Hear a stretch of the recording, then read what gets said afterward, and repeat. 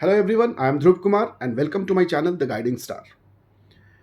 Today we are here to discuss about CUET, that is Central University Entrance Test. ये central university entrance test जो है basically वो किसी भी central जो इंडिया के जो सेंट्रल यूनिवर्सिटीज़ हैं उन सेंट्रल यूनिवर्सिटीज़ में एडमिशन के लिए बेसिकली एक कॉमन टेस्ट है, राइट।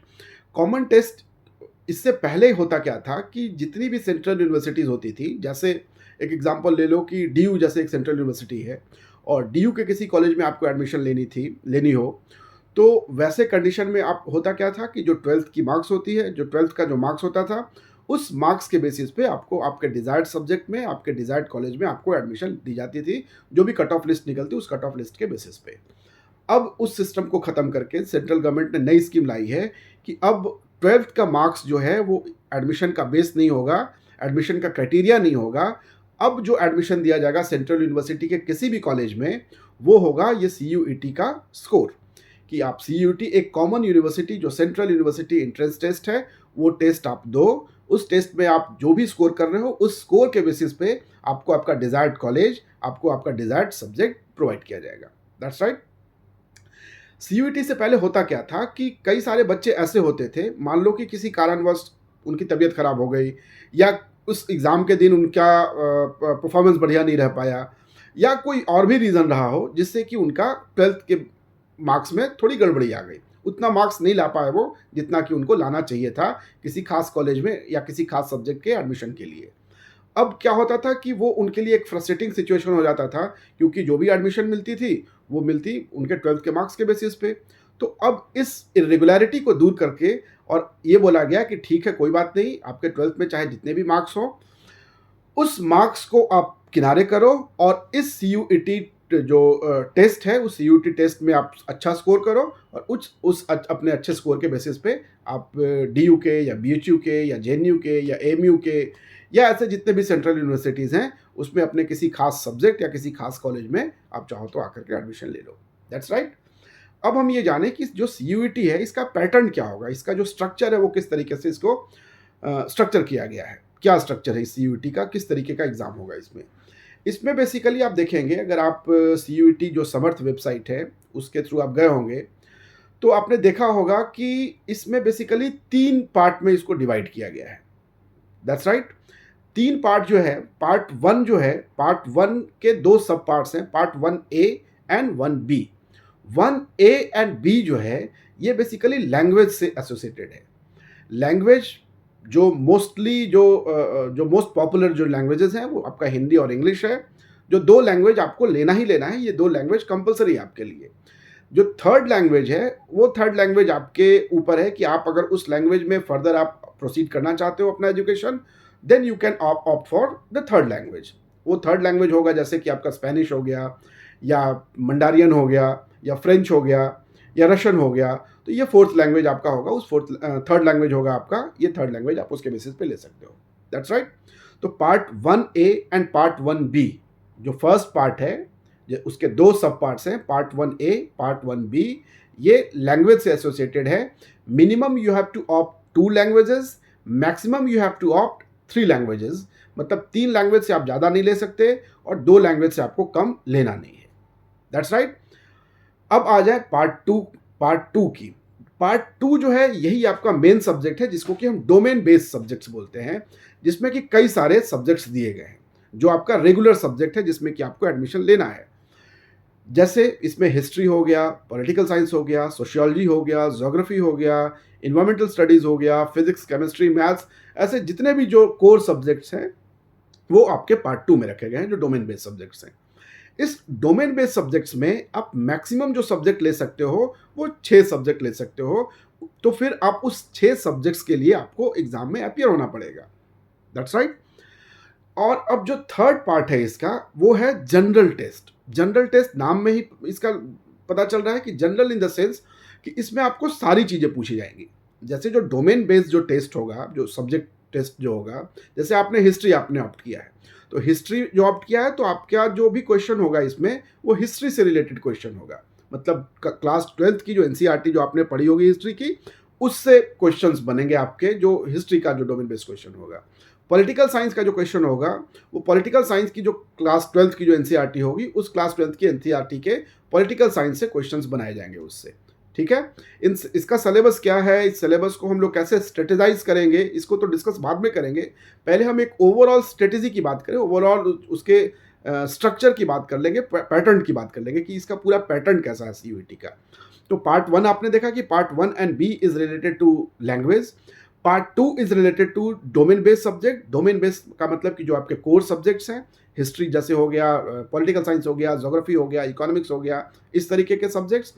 पार्ट 3 जो है इसका वो जनरल टेस्ट है।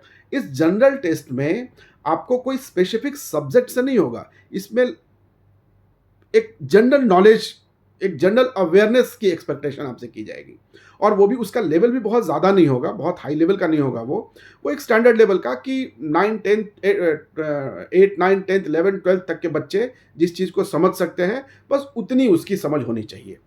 दैट्स राइट, वो जनरल टेस्ट में होगा। जैसे एक एग्जांपल मैं आपको बता रहा हूँ कि जनरल अवेयर्स, इसमें कुछ जीके के क्वेश्चंस होंगे, कुछ न्यूमेरिकल एबिलिटी के क्वेश्चंस होंगे, कुछ रीजनिंग के क्वेश्चंस होंगे। ओके, जैसे जनरल अवेयरनेस का क्वेश्चन ये है कि जैसे अभी आपने देखा होगा कि रशिया और यूक्रेन के बीच में एक वॉर चल रहा है काफ़ी टाइम से।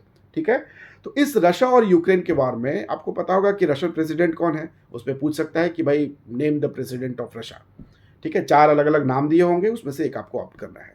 यूक्रेन का प्रेसिडेंट कौन है, आपको इतनी तो जानकारी होनी चाहिए, इतनी तो अवेयरनेस होनी चाहिए कि जो वर्ल्ड वाइड चल रहा है उससे हम अवेयर हों।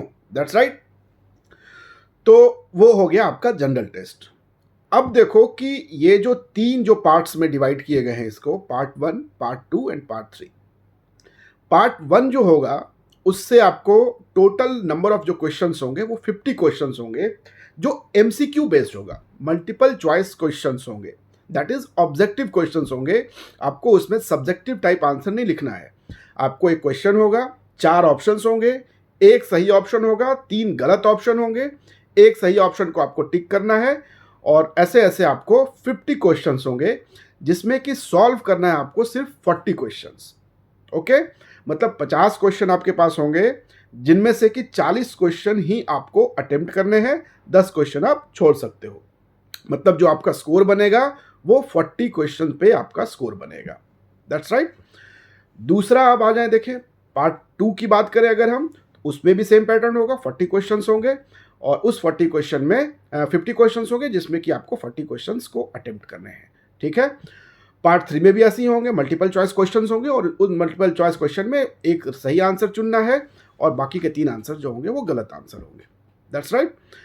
जो जनरल जो टेस्ट होगा, उस जनरल टेस्ट में कुछ जो मैथमेटिकल और न्यूमेरिकल एबिलिटीज़ जो होंगी, या रीजनिंग एबिलिटी का जो पार्ट होगा, वो आपको 8 स्टैंडर्ड की जो मैथमेटिकल एबिलिटी होती है, 8 स्टैंडर्ड की जो न्यूमेरिकल एबिलिटी होती है, बस आपसे सिर्फ उतना एक्सपेक्ट किया जा रहा है कि 8 स्टैंडर्ड तक के मैथमेटिकल न्यूमेरिकल एबिलिटी को आप सॉल्व कर सको, और बहुत आसान टाइप के क्वेश्चंस होंगे, जिसमें कि हम लोग फर्दर क्लासेस में डिस्कस करेंगे। फर्दर हम इसको देखेंगे कि कैसे इसको हम सॉल्व कर सकते हैं, कैसे हम इसको टैकल कर सकते हैं, but that will be easy. इतना ईजी कि आप उसको टैकल कर सको, अगर ढंग से प्रैक्टिस कर लो, अगर अच्छी प्रैक्टिस हो आपकी, तो आप उसको सॉल्व कर सकते हो, उसको आसानी से आप उसको क्रैक कर सकते हो। That's right. तो ये तो पैटर्न की बात हो गई कि part 1, part 2 and part 3। Part 1 language based, part 2 जो होगा वो आपका डोमेन बेस्ड सब्जेक्ट होगा, और पार्ट 3 जो होगा वो जनरल टेस्ट होगा। जनरल टेस्ट में आपको कुछ करंट अफेयर्स के क्वेश्चंस होंगे, कुछ न्यूमेरिकल एबिलिटी के क्वेश्चंस होंगे, कुछ रीजनिंग एबिलिटी के क्वेश्चंस होंगे। रीजनिंग एबिलिटी भी बहुत ही आसान होगा, थोड़ी प्रैक्टिस से उसको सॉल्व किया जा सकता है। अब इतना भी आसान नहीं होगा, जाहिर सी बात है कि अगर 10 to 15 lakh students are going to appear, तो जाहिर सी बात है कि उसमें तो सबको एडमिशन मिलने नहीं जा रहा है। सेंट्रल यूनिवर्सिटी में सबको एडमिशन तो मिलने नहीं जा रहा है उनके डिजायर्ड कॉलेजेस में, तो कंपटीशन तो होगी, लेकिन उस कंपटीशन में फिर वही सक्सीड करेगा जिसकी कि थोड़ी प्रैक्टिस हुई रहेगी, जो कि थोड़ा उसमें अपने आप को प्रैक्टिस करके अपने आप को उसमें ईजी करके रखेगा। अब आप अचानक से सोचोगे कि मैं सीयूईटी का एग्ज़ाम देने जा रहा हूँ या जा रही हूँ, और जा करके सीधा मैंने एग्ज़ाम दिया, एग्ज़ाम दे के बाद भाई मुझे सीधा पॉलिटिकल साइंस हिंदू कॉलेज मिल गया, तो that is not going to happen. Okay, तो इसके लिए थोड़ी प्रैक्टिस तो करनी पड़ेगी। अब देखें कि जो डोमेन बेस्ड सब्जेक्ट्स होंगे, या जो लैंग्वेज बेस्ड सब्जेक्ट जो होगा, उसमें जो लेवल होगा आपका वो 12th का ही लेवल होगा। 12th स्टैंडर्ड में जो आपने एनसीईआरटी की जो किताबें पढ़ी हैं, जो भी एनसीईआरटी की बुक्स पढ़ी हैं आपने, जिस भी सब्जेक्ट को आपने पढ़ा है, जो भी आपका डोमेन सब्जेक्ट होगा, उससे बाहर की कोई भी चीज़ नहीं होगी। लेकिन हाँ, एक अवेयरनेस यहाँ पे एक चीज़ आपको ध्यान रखना है कि आपने देखा होगा कि इस साल 12th में कई सारे सिलेबस के कई सारे पार्ट्स को ओमिट किया गया था, हटा दिया गया था उसको। तो जो सीयूईटी का सिलेबस है उसको रीइंस्टॉल कर दिया गया है। वो सिलेबस मतलब सीयूईटी का सिलेबस का पार्ट है वो। तो जो भी अभी हमें देखना होगा सीयूईटी टेस्ट के लिए, हमें जो रेगुलर सिलेबस है 12th के वो तो है ही हैं, उसके साथ-साथ उन टॉपिक्स को भी ऐड कर दिया गया है जो कि पहले से डिलीटेड था। मतलब इस साल के लिए जिसको डिलीट किया गया। तो जब हम लोग डिटेल्ड डिस्कशन करेंगे इसमें सब्जेक्ट मैटर पे, उसमें हम डिस्कशन में हम ये देखेंगे कि कैसे क्या करना है, कैसे उसको टैकल करना है। That's right. अब बात रह जाती है कि इसकी तैयारी कैसे करनी है, इसको हमें फेस कैसे करना है इस सीयूटी एग्जाम को। अब सोचो आप कि पूरा साल आपको दिया गया है इस 12th की एनसीईआरटी को पढ़ने के लिए। That's right. तो मतलब ये हुआ कि जितने भी जैसे पॉलिटिकल साइंस के 10-12 चैप्टर्स हैं, हिस्ट्री के 15-20 चैप्टर्स हैं, या ज्योग्राफी के कुछ ऐसे ही चैप्टर्स होंगे, इकोनॉमिक्स के कुछ ऐसे ही चैप्टर्स होंगे, तो उन सारे चैप्टर्स को पढ़ने के लिए आपको पूरा 1 साल का वक्त दिया गया है, ताकि उसके कॉन्सेप्ट को समझो, उसके जो रिलेटेड जो कॉन्सेप्ट है, रिलेटेड जो थ्योरी है उसकी, उस थ्योरी को समझो, उसको रटो, समझो, याद करो। ठीक है। तो उसके लिए पूरा 1 साल है। और अब जो सिलेबस दिया गया है उस सिलेबस के बेसिस पे आपको लगभग 1 से 1.5 महीने, मतलब 30 टू 45 डेज का टाइम है। तो जाहिर सी बात है कि इस 30 टू 45 डेज में we are not going to the whole syllabus thoroughly.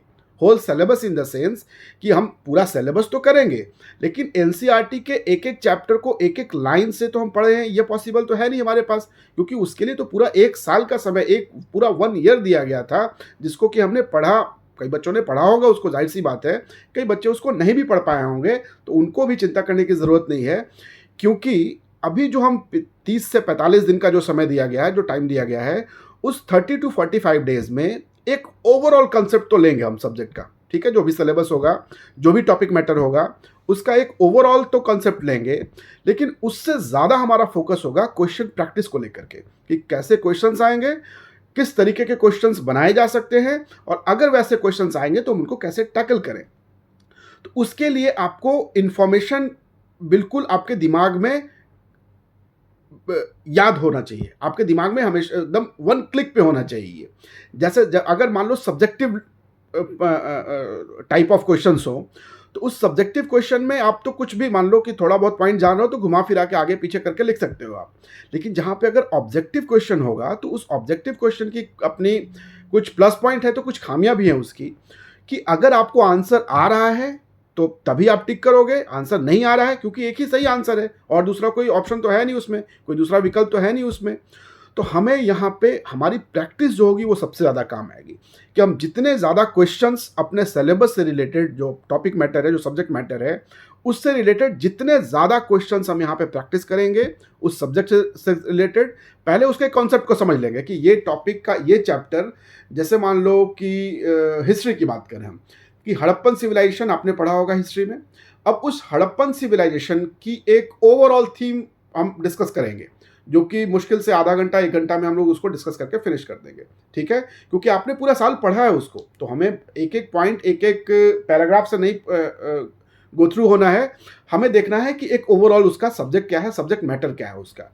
उसके बाद हम निकालेंगे उससे क्वेश्चंस, हर एक टॉपिक से हम निकालेंगे 20 क्वेश्चन, 50 क्वेश्चन, 100 क्वेश्चन, जिसमें जितना ज़्यादा क्वेश्चंस बन सकते हैं, और उन क्वेश्चंस पे हम मैक्सिमम प्रैक्टिस करके, और तब हम फिर कहीं अच्छा उसको परफॉर्म कर सकते हैं। क्योंकि ऑब्जेक्टिव टाइप जो क्वेश्चंस होते हैं उसमें जो भी ऑप्शन होगा बिल्कुल हमारे टिप पे होना चाहिए।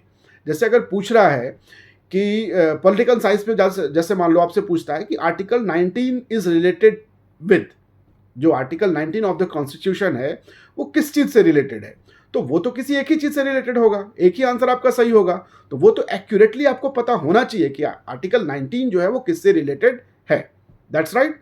ज्योग्राफी की अगर हम बात करें, तो ज्योग्राफी में अगर हम बात करें, तो अगर हम देखेंगे कि जो रिवर है, वो रिवर का ड्रेनेज पैटर्न की अगर हम बात करें, तो हम देखेंगे कि कुछ रिवर्स जो है जाकर के अरेबियन सी में मिलती हैं, कुछ रिवर्स जो है जाकर के इंडियन ओशन में मिल जाती हैं। तो मान लो किसी एक रिवर का एग्जांपल दिया गया है कि ये रिवर, पर्टिकुलर जो रिवर है वो जाके किस ओशन में मिलती है, दैट्स राइट। या इंडियन ओशन में मिलने वाले रिवर्स कौन कौन से हैं, उसमें 4 ऑप्शन होगा। तो आपको पता होगा उसका आंसर, एक्यूरेटली पता होगा, तभी तो आप उसका आंसर दे पाओगे। और ये आंसर आप तब दे पाओगे जबकि आप इससे ज़्यादा से ज़्यादा प्रैक्टिस किए रहोगे। ओके, तो हमारा जो मेन फोकस होगा, या जो मेन फोकस होना चाहिए सीयूईटी एग्जाम के लिए, वो ये होना चाहिए कि हमने पूरा साल उस सब्जेक्ट मैटर को पढ़ा है, पूरे साल तक हमने उस सिलेबस को पढ़ा है, लेकिन उसके बाद अब जो समय मिला है, जो 30 से 45 दिनों का जो समय है, 30 टू 45 डेज का जो समय है, उसको हम ज़्यादा से ज़्यादा क्वेश्चन प्रैक्टिस पे निकालें, ज़्यादा से ज़्यादा क्वेश्चन प्रैक्टिस करें, और उस क्वेश्चन प्रैक्टिस के बेसिस पे तभी हम अपने आप को परफेक्ट कर पाएंगे और हम अच्छा से अच्छा परफॉर्म कर पाएंगे। That's right. अब अगले वीडियो में हम लोग डिस्कस करेंगे, एक एक सब्जेक्ट मैटर के एक एक टॉपिक्स को लेंगे, एक एक टॉपिक को लेंगे। जैसे लैंग्वेज का कोई एक टॉपिक लिया हमने, या डोमेन बेस्ड जो सब्जेक्ट है, जैसे हिस्ट्री का मान लो हम लेते हैं, या फिर अगर पॉलिटिकल साइंस का ले रहे हो तो हम पॉलिटिकल साइंस के कंप्लीट सिलेबस को डिस्कस करेंगे। कंप्लीट सिलेबस को डिस्कस करके उसके बाद एक एक टॉपिक से हम शुरुआत करेंगे कि जो पर्टिकुलर एक टॉपिक है उसका कॉन्सेप्ट क्या है, उससे रिलेटेड क्या क्या क्वेश्चंस बन सकते हैं। तो जो कुछ प्रोबेबल क्वेश्चंस के लिस्ट बनाएंगे, और कुछ और ऐसे प्रोबेबल क्वेश्चन होंगे जिनको कि हम लोग प्रैक्टिस करेंगे। आज के लिए इतना ही। Thank you, thanks again.